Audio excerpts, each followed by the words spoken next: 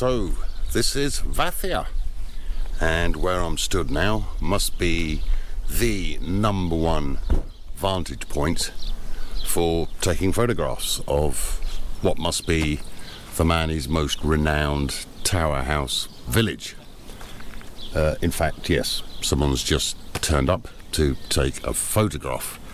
So virtually every Manny website, blog, magazine, article on the area, somebody will have come here to take the classic photograph, which indeed I will do myself in a minute. In terms of the radio program, after we'd stopped for a much needed late lunch in Hierro Lemenas, always a good thing to do, two things happened really.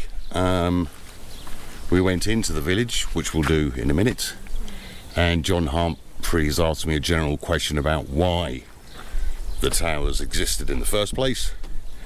I think I gave some waffly answer, and then suddenly, out of the blue, he sort of turned into a sketch where I was supposed to take on the role of real estate agent, and he was a potential house buyer. That took me by surprise. So we'll go into the village. I'll show you the house that I was trying to sell him, and then I'll read one final extract from the actual book. Okay, so I'm pretty sure this was the house we went into. So let's go and have a little look inside.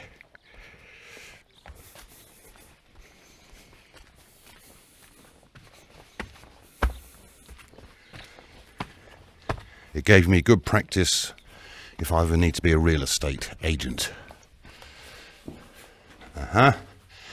Yes, this was the first little room we came in. And we can pop out here. Hello. But to get to the terrace where we marvelled at the views, you have to go out again and up an exterior staircase. So let's do that.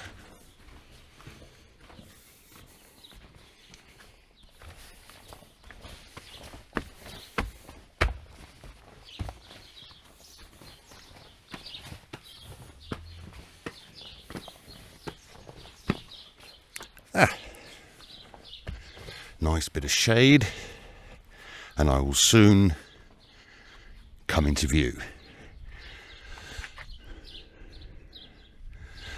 Nice breeze, and then we went inside, and location became the phrase. Let's have a look inside.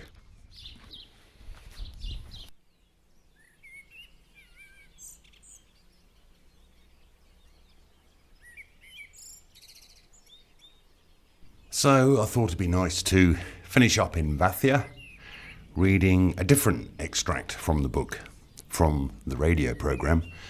It seemed like Patrick Leigh firma came here on quite a few occasions, and on one of those occasions he stayed in one of these magnificent towers. This is what he wrote. After drinking ouzo in the walled yard at the tower's foot, Vasilio's father said, "It's a hot night. Let's eat in the cool." He took a lantern and led the way into the tower. We followed him up some steep ladders, through story after story, until, breathless with climbing, we were on a flat roof, about 8 yards square, surrounded by a low parapet. Chairs appeared from below, and Vasilio took a coil of rope and paid it into the night, hauling it up the 60-foot drop after an exchange of shouts with a round tin table tied to the end. She took out and spread a clean white tablecloth and put the lantern in the centre, installing a circle of gold in the moonlight. Our faces, which were soon gathered round a roast lamb, which I hope we had not met before, were lit up by an irreverent glow of gold, which changed to the moonlight pallor of silver, while jawbones and eye sockets were stressed with shadow if anyone leaned out of the lantern's range. The rope, to the end of which a huge basket had now been tied, was lowered into the dark again and again for more wine and food. That's it for the Mat, following in the footsteps of John Humphreys, following in the footsteps of Patrick Leigh Firmer. I hope you enjoyed it, and why don't you do it yourself?